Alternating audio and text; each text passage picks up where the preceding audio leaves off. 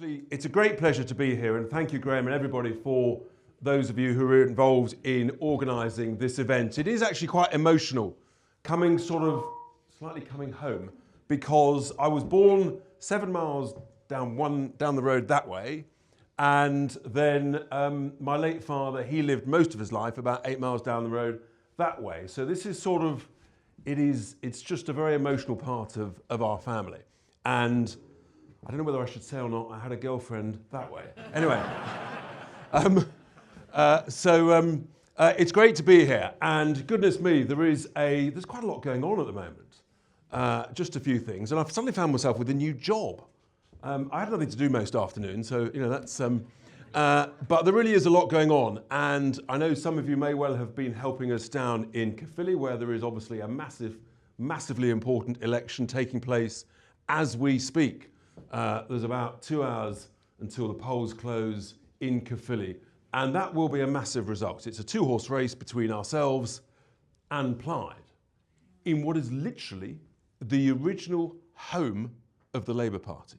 Just think about that. I mean, it's right next door to Keir Hardie's patch.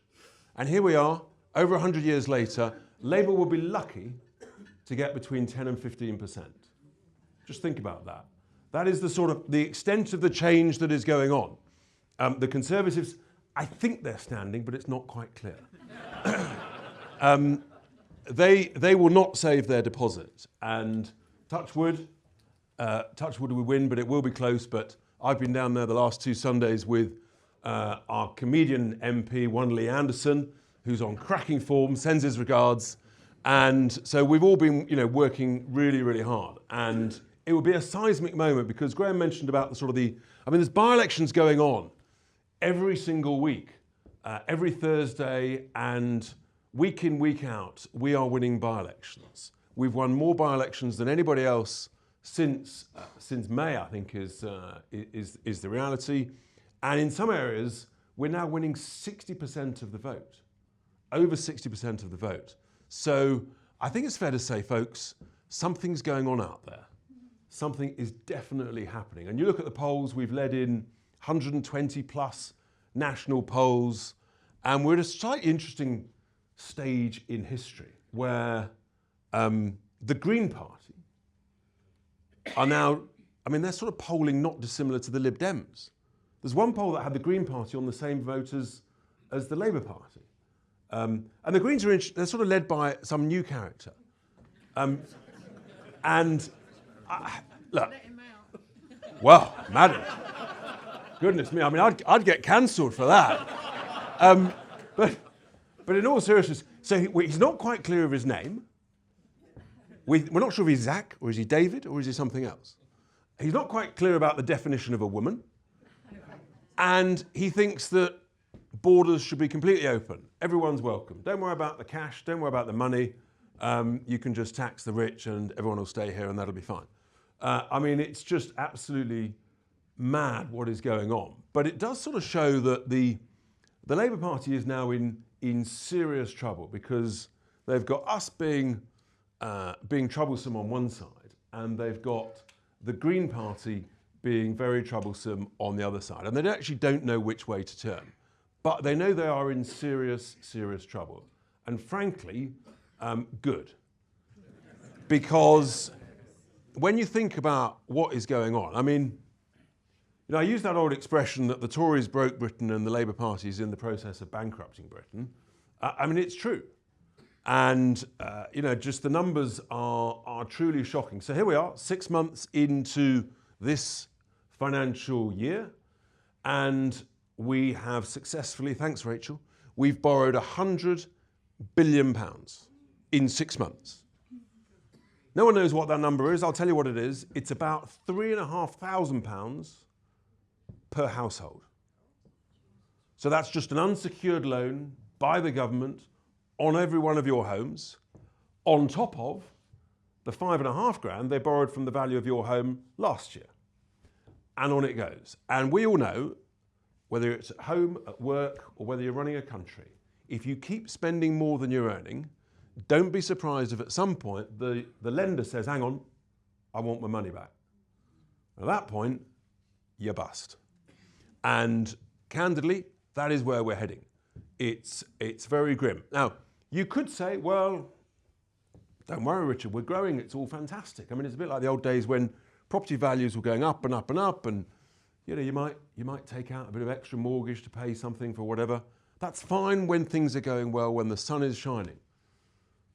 But when we've got no growth whatsoever, I mean, at best we're flatlining, but that's only because of the sort of the sugar rush in the public sector. The truth is the private sector is in recession. Then this could not, you know, this could end really quite badly. And that worries me greatly because you never quite know when it ends. You never quite know what triggers it. But some of you will work in the city or have friends who do. You know, the bond markets are, I think it's fair to say, they're not thrilled at progress.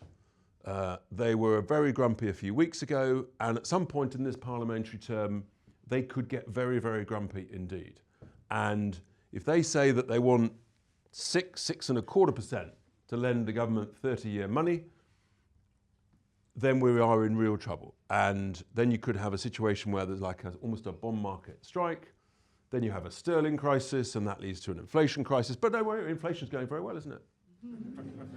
Our Rachel's got it completely under control. So here we are this week, 3.8%, almost double the target. Has been flat at 3.8 for the last 3 months, and they keep on spending. And this just can't go on. It's catastrophic.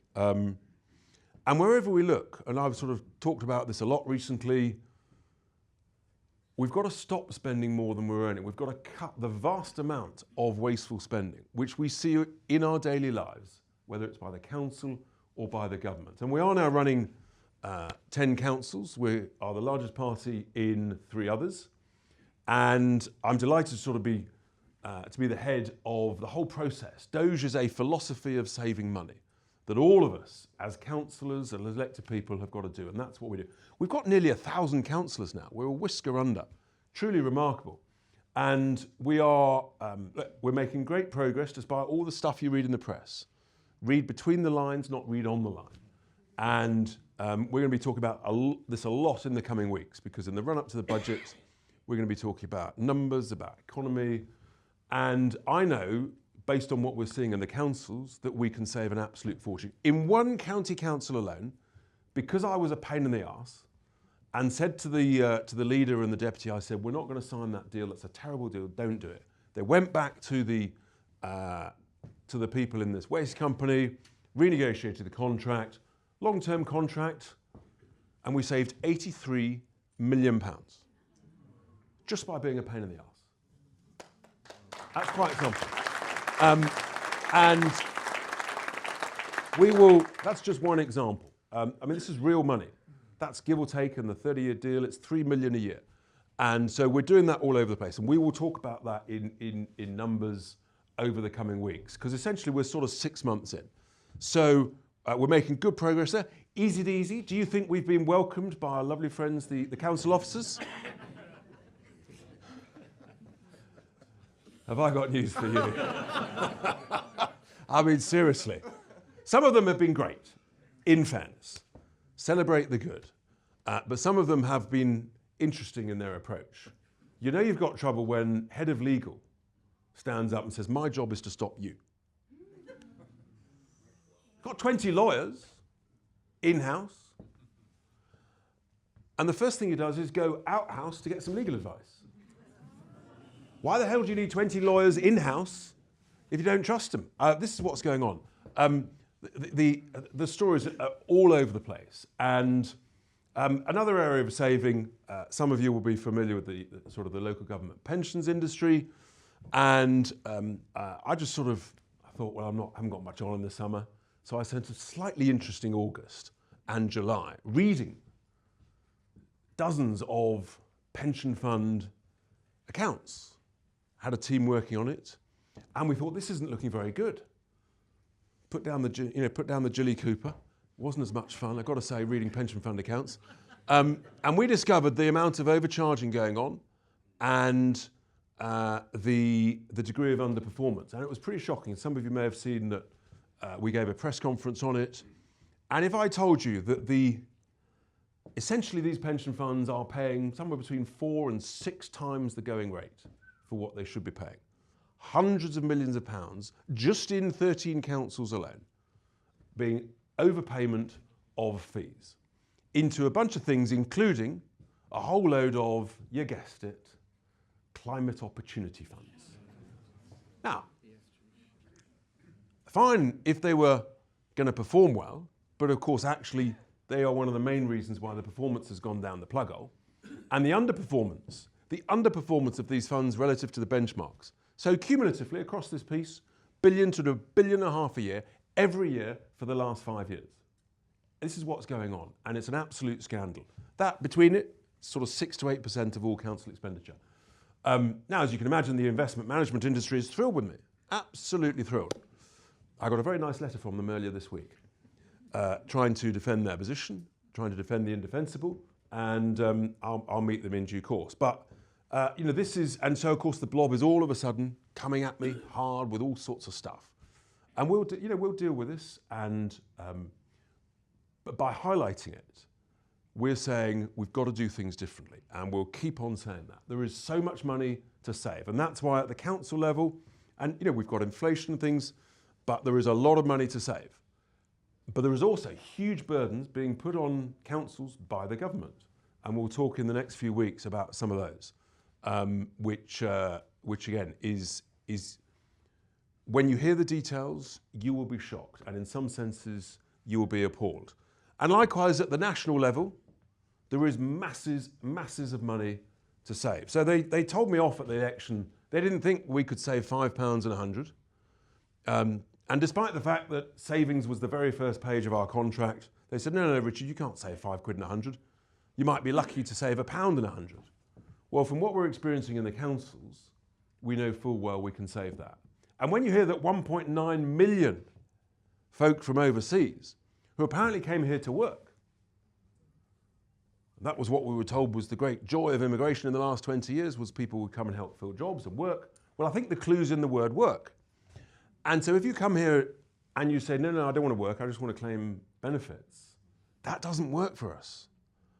1.9 million people, I mean, you're talking somewhere between 10 to 20 billion pounds a year. I mean, this is real money. This is serious cash. And we've exposed it and highlighted it and said this can't go on, and it can't.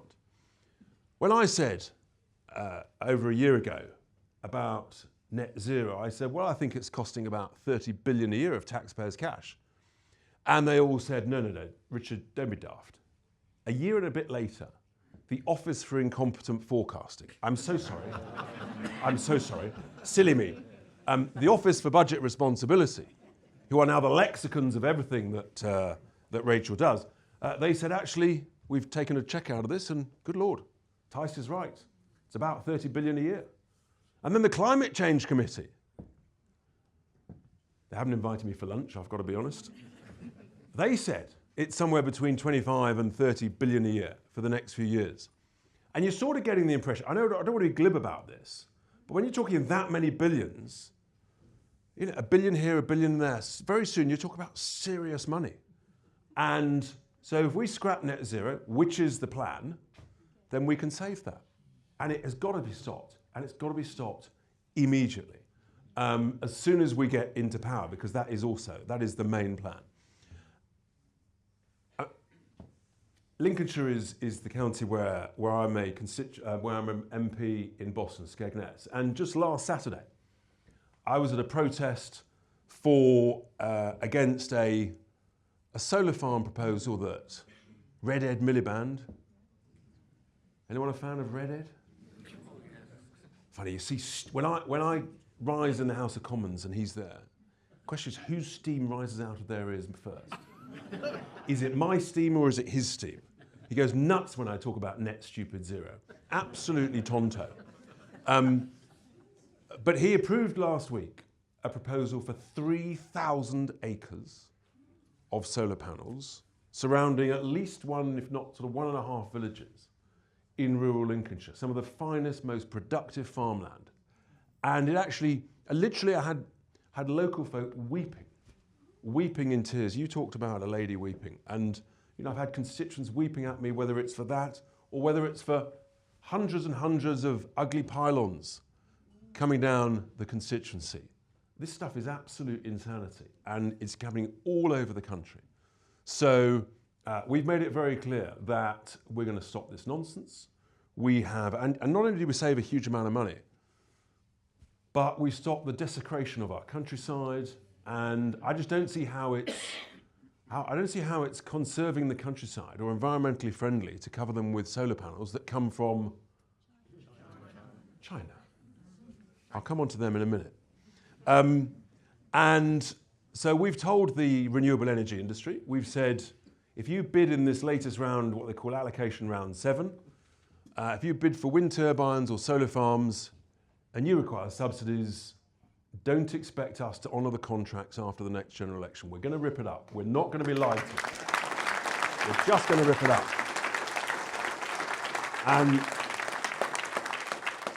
And the message is getting through. There was an emergency board meeting in Berlin the other week by a company called RWE. If anybody works there, c'est la vie. And they summoned people from all over Europe. And we were the main item on the agenda. They wanted to know what was going on in the UK with this outfit called Reform. So we are being noticed, and hopefully very few of them will bid under AR7. We do know that Miliband has delayed the publication of the results until January. So let's see, we'll see what happens. But it is for real, and I'm meeting gas companies. I had a bit of fun the other week. I was in an oil field. Some of you may have seen, I did a little sort of video on it. I wasn't in Texas, I was in Lincolnshire. Who knew there were 70 oil wells in Lincolnshire? Who knew that there'd been 2,000 oil and gas wells onshore in the United Kingdom? And I sort of call it Lincolnshire oil for Lincolnshire jobs and Lincolnshire growth. And I think we've got to it's our patriotic duty to extract our energy treasure. We're literally, we must be the most stupid country in the world. Anybody else who's got oil and gas on their sovereign territory, what are they doing? They're extracting it, they're using it, it's making them wealthy. You cannot be a rich nation unless you have cheap energy. And so we're saying to those companies, we're saying, get your applications ready. We know that it made us prosperous in the 80s and 90s when we were growing at 2.5 to 3.5% a year. And a combination of gas and nuclear is the way forward to give us plentiful energy and cheaper energy. So, that's the plan. And we can save huge amounts, and that will help bring down the bills. Then the other area of saving money, it's a bit of a sort of technical thing, but I started talking last year about why on earth the Bank of England was voluntarily paying tens of billions of interest on the printed money. Quite hard to sort of get your concept around it, but basically, if you've got a printer at home, your mate next door's a bit short of a few quid, you print off a couple of 20 quid notes and you give it to your mate. He's thrilled to bits. You've done him a right favour. And that's basically what QE was. It bailed out the banking industry, did them a right favour in 2008, bailed out the country in COVID. Having bailed them out, why would you then, if you've printed off the notes, and by the way, it's illegal, so don't try to, why would you then pay interest to your mate, who's already grateful? It's madness. So we had a meeting, Nigel and I, 4 weeks ago with the governor. He said, actually, it is a matter of serious public policy debate. He defended his position, but he said it should be properly debated in Parliament. It's a tax issue, it's a fiscal issue. So I wrote to our Rachel, Dear Chancellor, I said, I've met the governor, it's quite important, I could do you a right favour. I always try and be helpful and constructive. I said, could we have a debate in the House of Commons and a vote on this issue? Because if the vote was actually to do as I suggested, not as the governor suggested, then she wouldn't have to put taxes up by 20 billion quid a year, because she could change course on this. And she wrote me back a month later, just yesterday I got her nice 2-page reply. Dear Richard, thanks but no thanks, was the summary. Probably no surprise, but and I asked the leader of the House last week, and the truth is they don't want to debate because I don't think they understand it. That is the reality. But many bankers, analysts, former deputy governors of the Bank of England agree with me. Now, give or take, that's 20 billion a year, as of now.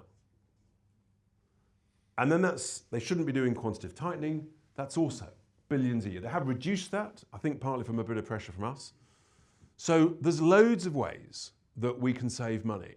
And in a sense, that's who we are. And if we cut wasteful spending, and then I'm meeting lots of businesses at the moment. I'm doing sort of bacon and egg rounds with lots of firms. Some of you may have had businesses that have seen us, and we've got lots more. And we're saying to them, look, we've also got to cut the vast amount of daft regulations that drive us absolutely bonkers. And so we're doing that. We're getting lots of ideas from people. The good, the bad, the ugly, the semi-mad, but that's great. Brainstorming is a good thing to arrive at the right answers. Because if you cut wasteful spending, and if you cut daft regulations, then businesses will start to invest. And when you've got businesses saying it's no longer worth building homes because the planning is too difficult, because all of the issues, the costs are too high. You've got a problem when at one of these breakfasts, a lady from overseas, she said, we now view the UK as quaint to go on holiday, but uninvestable. And that's the message that's gone out thanks to the supposed professionals who've been running the show for the last 20 years. I mean, they come at us and say, what the hell do you know about it? And I say, well, if you're the professionals in charge, be you sort of out of Oxford having done PPE and then become a spad and a policy wonk, thanks a bunch. Look what a mess you've made of it. And if you're the professional civil servants, what a mess you've made of it. And the combination of that is we end up with a great boat policy, don't we? So they tried to smash the gangs, that encouraged the gangs, and then they tried one in, one out. How's that gone? Now, who's good at maths around here? So let's just talk about it. So one in, one out. But actually what happened was 11,000 came in, one went out, went back to France for a couple of weeks and said, sod that for a laugh, I'm coming back in. I mean, you couldn't make this stuff up. If it was fiction, you would say, don't be ridiculous. It's true. This stuff is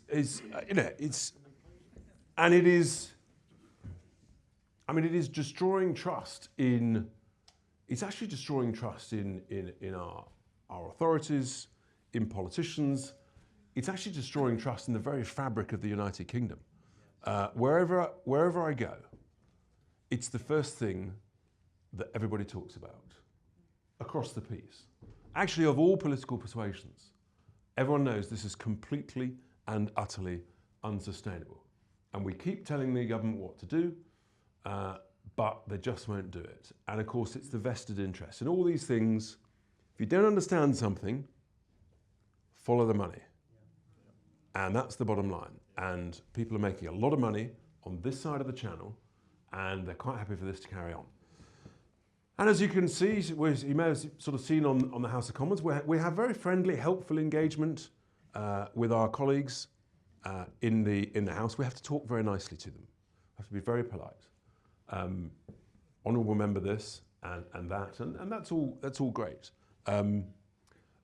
Nigel had an interesting day yesterday, you may have heard. He thought he'd get a different perspective on proceedings. It's a 3D process, so why not take a view from up top? It's very funny, because they had not a clue on the front bench. They thought that he hadn't turned up. They thought he was having a good lunch. No. He was up top, and so when they came at me and said, where is he? I pointed up, and then they sort of panicked. Christ, he's above us. It was an absolute hoot, absolute hoot. Anyway, we try to be helpful with them. And some of the main issues that we've been talking about recently, I mean, the Chinese spy scandal is absolutely outrageous. And actually the Speaker, this is common knowledge, is fuming about it. Chinese spies in the Houses of Parliament, and this government, despite all their protestations, they basically kiboshed the prosecution. That's the bottom line. And it's an absolute disgrace. So I did ask I asked the minister a few days ago, I said, in my helpful and constructive way, I said, I've taken some advice from a KC as to whether someone could pursue a private criminal prosecution of these individuals who both deny the allegations, and I'll just put that on the table. And I said, we would need, the KC said, I would need the consent of the Attorney General. One very helpful Lord Hermer. And I said, and we'd need the government to provide a bit of evidence. And so I said, Minister, presumably as you've expressed the government's great disappointment at the collapse of this case, presumably such consent will be forthcoming. And it was quite entertaining, actually. The Security Minister, Dan Jarvis, he's a good man. And he looked at me and he thought, how do I deal with this? And actually, in fairness to him, he said, well, I'm sure the noble Lord and others will have heard you. And so that's a sort of invitation to the Speaker to do something. So we'll see where that goes. And then there's the Chinese embassy. Does anyone want the biggest Chinese embassy in Europe built in the City of London? Is that a good idea? No, I don't think it is either. Spy Central. And they seem to be prevaricating on that issue. And then we have, yesterday, Kemi relentlessly pursued the Prime Minister on the incompetence, let's try and be generous about it, the incompetence of the inquiry that they're trying to set up, supposedly, on the grooming gangs. And, I think that will, it's such an utter scandal. And the dithering by this government on establishing a national inquiry. First, they didn't want one, then they wanted a local, and then when they realised they had no option, they said they'd have a national inquiry. And now it's descended into absolute chaos. And so they've basically reached for the emergency cord, and Baroness Casey has got another job on her hands. This is the fact that four victims and survivors resigned tells you all you need to know. It really does. They have no idea how furious people are up and down the country.